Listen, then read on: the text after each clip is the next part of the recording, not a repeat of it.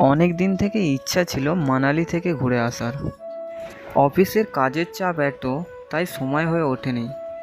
অফিসের সব স্টাফেদের কাজের ছুটি হয়ে যাওয়ার পরেও আমি অনেক রাত অবধি কাজ করি।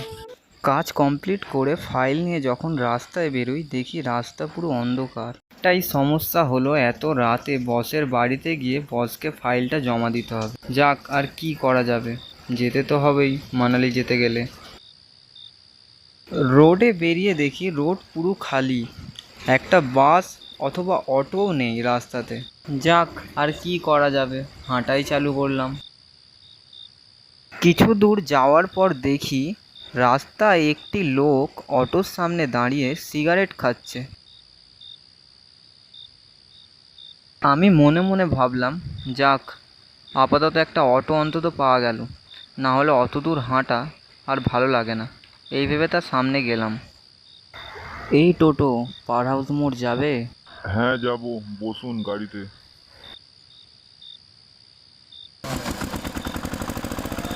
আমাকে পাওয়ার হাউস যেতে গেলে সোজা রাস্তা ধরে যেতে হবে, কিন্তু টোটোওয়ালা দেখলাম বাঁ দিকের জঙ্গলের পথ নিল। তখন টোটোওয়ালাকে বললাম, দাদা আপনি ভুল রাস্তায় যাচ্ছেন, এই রাস্তা দিয়ে নয়, আপনি গাড়িটা থামান দয়া করে, আমি অন্য টোটো ধরে নেব। টোটোওয়ালা আমার কথা না শুনে গাড়ি চালাতেই লাগলো।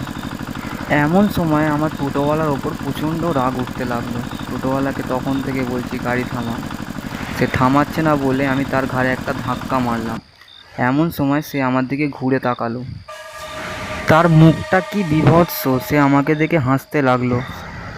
তার মুখটা দেখতেই আমি ভয়েতে টোটো থেকে নেমে পালাতে লাগলাম। পালাতে পালাতে কিছু দূর যাওয়ার পর একটা জায়গায় দম নেওয়ার জন্য একটুখানি দাঁড়াতেই দেখি সেই টোটোওয়ালাটা আবার টোটো নিয়ে এসে আমার পিছু নিয়েছে। আমি ভয়েতে সেখান থেকেও ছুটতে লাগলাম।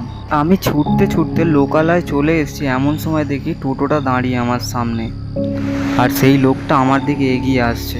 সেই লোকটা আমার সামনে আসতেই আমি জ্ঞান হারিয়ে মাটিতে পড়ে যাই। তারপর আমার কিছু আর মনে নেই। আমার বন্ধু আমাকে রাস্তা থেকে তুলে বাড়িতে নিয়ে আসে আর বলে, খুব বাঁচান, বেঁচে গেছিস। আজ পর্যন্ত যারা ওই অটোওয়ালার সাথে গেছে কেউ আর ফিরে আসেনি।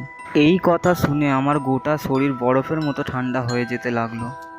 আমার মনে হয় এখনও যদি কেউ রাত্রির বেলায় সেই রাস্তা দিয়ে যায়, সে দেখতে পাবে সে টোটো নিয়ে সেই টোটোওয়ালাটা দাঁড়িয়ে আছে। এই রকম আরও গল্প শোনার জন্য সাবস্ক্রাইব টু মাই চ্যানেল।